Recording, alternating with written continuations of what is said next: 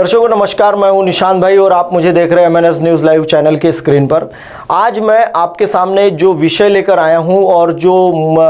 बुनियादी मुद्दा है यह किसानों से जुड़ा हुआ मुद्दा है। महाराष्ट्र गवर्नमेंट का एक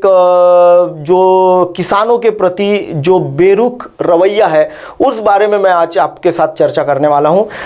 पिछले वर्ष जब महाराष्ट्र गवर्नमेंट ने धान खरीदा किसानों से, समर्थन मूल्य था लगभग 1850 रुपये, अभी 1865 रुपये का समर्थन मूल्य का घोषणा भी महाराष्ट्र सरकार ने कर दी है। लेकिन हो रहा क्या है कि जो राइस मिलर्स है उनको जो मिलिंग के लिए जो धान दिया जा रहा था उसकी गुणवत्ता काफ़ी अच्छी न होने की वजह से राइस मिलर्स जो होते हैं उन्होंने मिलर्स ने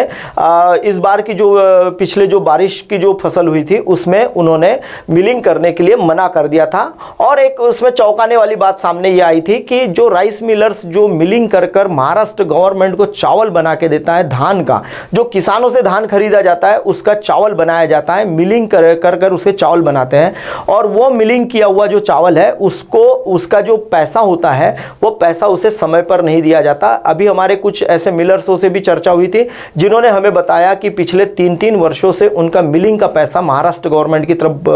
बकाया बाकी है, लेकिन आज तक के उन्हें वो मिल नहीं पा रहा है। इसीलिए क्या हुआ कि पिछले बार का जो धान था उसकी जो गुणवत्ता थी वो काफ़ी अच्छी नहीं होने की वजह से मिलर्स ने उसकी जो मिलिंग करने के बाद जो उसका जो परसेंटेज आता है, जैसा 1 क्विंटल धान को पिसाने के बाद 65 केजी के हिसाब से चावल उन्हें मिलिंग कर उन्हें जमा करना पड़ता है महाराष्ट्र गवर्नमेंट को, तो वह उतनी उनकी मात्रा उसकी आने वाली नहीं थी करके मिलर्स ने धान जो है वो मिलिंग के लिए उठाया हुआ नहीं था। अब इसके वजह से क्या हो गया कि इस बार अभी जो अपने यहाँ महाराष्ट्र के जो गोंदिया और भंडारा ज़िला है इन ज़िलों में 2 फसलें ली जाती है धान की, एक होती बारिश में और एक होती है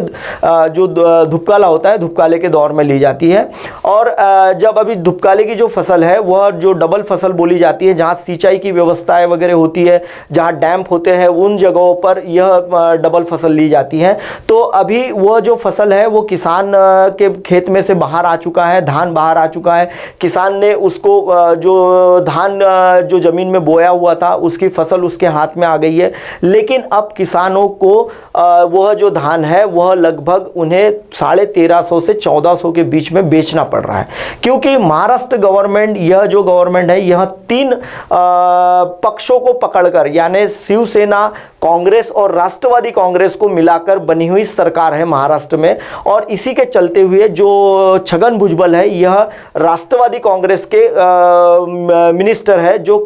खाद्य आपूर्ति विभाग का भी कार्यभार संभालते हैं, जिनके तहत यह जो किसान से जो फसल खरीदी जाती है वो उन्हीं के मंत्रालय के थ्रू खरीदी हुई जाती है। लेकिन उनका जो बेरुख रवैया था उस वजह से इस बार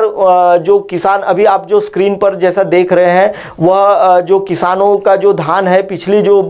फसल के समय जो धान उनके पास गोडाउनों में जो सरकारी गोदामों में आया वो अभी भी उनके पास शेष है। यानी अभी जो किसानों का जो धान लेना है वह धान सरकार ले नहीं सकती, क्योंकि उनके पास जो गोडाउन ही नहीं है मुहैया, और जो फसल जो बाहर जो गोडाउन में रखी गई है उस पर अगर अभी बारिश होती है तो बारिश का पानी जाने से वह भी धान खराब हो जाएगा। और इसी के चलते हुए यह बहुत बड़ी समस्या इस पूरे राज्य में क्रिएट हो चुकी है। और यह ऐसी एक समस्या है जिस समस्या का समाधान ये महाराष्ट्र गवर्नमेंट को ढूंढना था। अब हुआ क्या कि 2021 की जो फसल, अभी जो आने वाली जो फसल जो आई हुई है वो फसल को मिलिंग के लिए मिलर्स ने उन्होंने कहा है कि भाई पिछली जो बारिश की जो फसल थी वह उसका ग्रेड बराबर नहीं होने की वजह से वो मिलिंग नहीं कर पाएंगे। और उन्होंने अभी पहले उनको क्या होता था 40 रुपये प्रति क्विंटल के हिसाब से उन्हें मिलिंग के लिए दिया जाता था और लगभग उन्हें 1.55 रुपया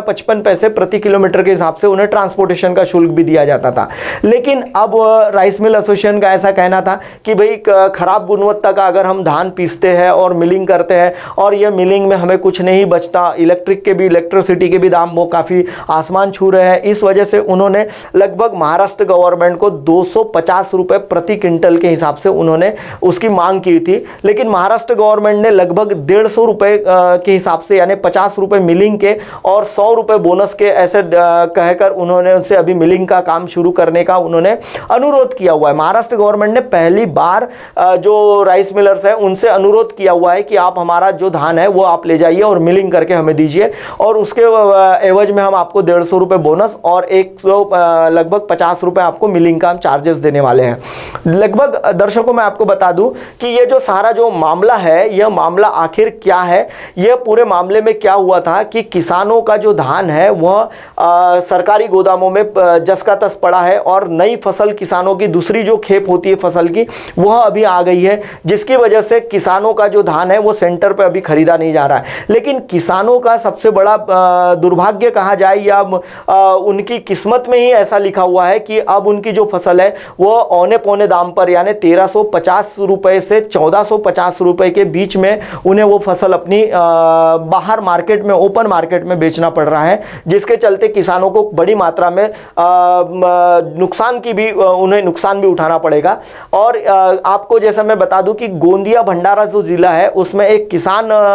पुत्र के नाम से या भूमिपुत्र के नाम से भी वो जाने जाते हैं वाले नेता है, उन्होंने भी इस पूरे मामले पर चुप्पी साधी हुई है। आखिर ऐसा क्यों, यह एक बहुत बड़ा सवाल है। फिलहाल वक्त हो चला है दर्शकों ब्रेक का। ब्रेक से लौटने के बाद देखिएगा कि गोंदिया जिले में शिक्षा विभाग में क्या नया घोटाला हुआ था, उस पर मैं आपसे चर्चा करूंगा। बने रहिए MNS न्यूज के साथ।